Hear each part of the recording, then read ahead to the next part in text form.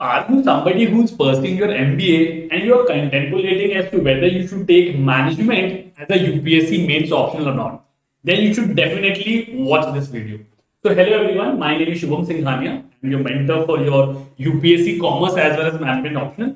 और इस वीडियो में जानेंगे, इस वीडियो में बात करेंगे कि अगर आप मैनेजमेंट ऑप्शनल चूज कर रहे हो तो कौन कौन से इंपॉर्टेंट एलिमेंट्स हैं जो आपके लिए एडवांटेजेस साबित हो सकते हैं and therefore you should go ahead and you can choose management as your UPSC mains option. ठीक है, तो सबसे पहले तो अगर मैं बात करूं कि अगर आप ऑलरेडी एमबीए परस्यू कर रहे हो या अगर आपने एमबीए कर लिया है, ठीक है, तो कुछ ऐसे फैक्टर्स हैं जो आपके लिए एडवांटेज क्रिएट करते हैं अगर आप एमबीए मैनेजमेंट को as a UPSC mains optional choose करते हो। सबसे पहला रीजन क्या है? Syllabus coverage. अगर मैं स्पेसिफिकली बात करूं यूपीएससी के सिलेबस, तो जो भी यूपीएससी का सिलेबस है, यूपीएससी मैनेजमेंट ऑप्शन का सिलेबस है, वो ऐसा सिलेबस है कि वो कॉम्प्रहेंसिवली आपने अपने पूरे एमबीए के सिलेबस में ऑलरेडी कवर कर लिया है, whether it be in terms of statistics, whether it be in terms of operational research या फिर स्ट्रैटेजिक मैनेजमेंट। ये पूरा का पूरा सिलेबस आपने कॉम्प्रहेंसिवली अपने एमबीए में कवर किया हुआ है। तो जब आप इसको कवर करने की कोशिश करोगे, जब आप इसको पढ़ने की कोशिश करोगे, तो आपको कम टाइम लगेगा and you are not going to face any severe challenges. थोड़े बहुत चैलेंजेस तो आएंगे बिकॉज 10-12 सब्जेक्ट है, तो उसके अंदर कुछ सब्जेक्ट आपके वीक होंगे, कुछ सब्जेक्ट आपकी स्ट्रेंथ होंगे, तो थोड़े बहुत ही चैलेंजेस आएंगे। बहुत ज्यादा मेजर चैलेंज आपको नहीं आने वाला when it comes to understanding और when it comes to sources of material, क्योंकि जो आपने अपनी ग्रेजुएशन और पोस्ट ग्रेजुएशन में बुक्स यूज करी है, स्पेसिफिकली जो आपने एमबीए की बुक्स यूज करी है, आप उसका ही इस्तेमाल कर सकते हो। ठीक है, तो अगर मैं सिलेबस कवरेज के बारे में बात करूं तो एज एन एमबीए स्टूडेंट आपका सिलेबस ऑलमोस्ट कवर हो चुका है। सेकेंड रीजन क्या है? Descriptive answer writing. अभी आप अपनी मास्टर्स परस्यू कर रहे हो, एमबीए परस्यू कर रहे हो, जिसका जो एग्जाम ओरिएंटेशन है वो डिस्क्रिप्टिव आंसर राइटिंग है। आई टोटली अंडरस्टैंड कि जिस तरीके के आंसर्स आप एमबीए में लिखते हो, they are going to be severely different from how you are going to write in your UPSC mains option, because it's a competitive exam जहां पे एक्सपेक्टेशन एग्जामिनर की बहुत ज्यादा होती है। बट स्टिल एक जो बेसिक आउटले होता है, जो बेसिक अंडरस्टैंडिंग होती है in terms of writing and descriptive answer, उस पर आपका ऑलरेडी हाथ सेट है, आपको ऑलरेडी आदत पड़ी हुई है। ऐसा नहीं है कि आपको सेमिना की प्रॉब्लम आएगी या आपको एक्यूरेसी की प्रॉब्लम आएगी, आपका ऑलरेडी एक हैबिट बनी हुई है आंसर राइटिंग करने की because of your examination in your MBA. तो आपको बहुत ज्यादा एफर्ट नहीं मानना पड़ेगा, आपको सिर्फ और सिर्फ फिनिशिंग टच देना पड़ेगा ताकि आप अपने आंसर्स की क्वालिटी को इंप्रूव कर सको। ठीक है, तो एक डिस्क्रिप्टिव आंसर राइटिंग के पॉइंट ऑफ व्यू से भी एक ये बहुत ही पॉजिटिव एलिमेंट है in terms of choosing a management option. Third element के बारे में अगर मैं बात करता हूं, तो अगर आप पास्ट या पेपर एनालिसिस करोगे तो आपको ये समझ में आएगा कि मैनेजमेंट ऑप्शनल के अंदर डायरेक्ट क्वेश्चंस कम आते हैं, काफी ज्यादा इनडायरेक्ट क्वेश्चन पूछे जाते हैं। For example case study based questions पूछे जाते हैं या आपको 2-3 लाइन में एक समरी दे दी जाती है किसी केस की और उसके ऊपर आपसे क्वेश्चन पूछ लिया जाता है। एज एन एमबीए स्टूडेंट, और क्योंकि मेरा पर्सनल एक्सपीरियंस भी रहा है काफी सालों से एमबीए स्टूडेंट्स को पढ़ाने का, तो मैंने हमेशा ये देखा है कि हम स्टूडेंट्स को क्लासरूम के अंदर केस स्टडी फॉर्म में पढ़ाने की कोशिश करते हैं।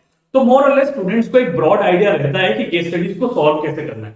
तो इस लिहाज से भी आपको एक प्रायर एक्सपीरियंस होगा केस स्टडी डील करने का। तो अगर आपको एमबीए में मैनेजमेंट ऑप्शन चूज करने का मौका मिले, अगर आप उसको चूज करते हैं, तो भी आपका काम बहुत ज्यादा आसान हो जाएगा, क्योंकि आपके लिए वो नया नहीं होगा, ऑल टुगेदर नया नहीं होगा।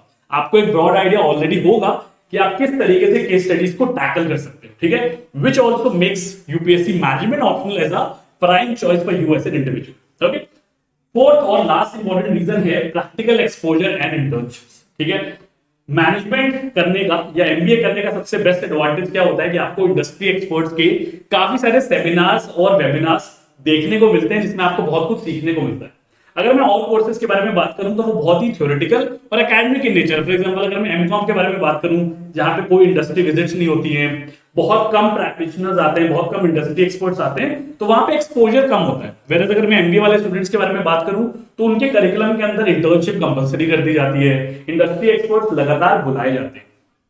तो इससे क्या होता है, जो आपका थॉट प्रोसेस होता है, जो आपका होराइजन होता है, वो बहुत ज्यादा वाइड हो चुका होता है। ठीक है, which is going to help you in your UPSC management optional answer writing. क्यों?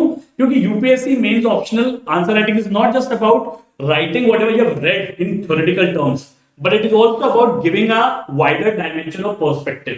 तो क्योंकि यहाँ पे आपको theoretical plus practical exposure होगा, तो आपके जो आंसर निकल के आएंगे they are going to be better than any other student or any other subject. ठीक है, तो ये 4 मेन रीजंस मुझे लगते हैं जिसकी वजह से आपको एज एन एमबीए स्टूडेंट आपको मैनेजमेंट ऑप्शन चूज कर लेना चाहिए। अब एक और रीजन के बारे में बात करते हैं। काफी सारे स्टूडेंट्स को ऐसा लगता है कि हम कभी भी मैनेजमेंट ऑप्शन वाले स्टूडेंट्स को टॉपर्स में नहीं देखते, और उसका सीधा कनेक्शन ये है कि अगर आप किसी और ऑप्शनल के बारे में बात करो, लेट्स से अगर आप सोशियोलॉजी या एंथ्रोपोलॉजी के बारे में बात करो, तो वहां पे जो नंबर ऑफ एस्पिरेंट्स हैं who have taken these optionals are very very high, उनका वॉल्यूम बहुत ज्यादा होता है, 1000, 800, 1200 इतने कैंडिडेट्स होते हैं जो इस तरीके के ऑप्शनल लेते हैं, particularly they are belonging to engineering background and they are not from a core arts background.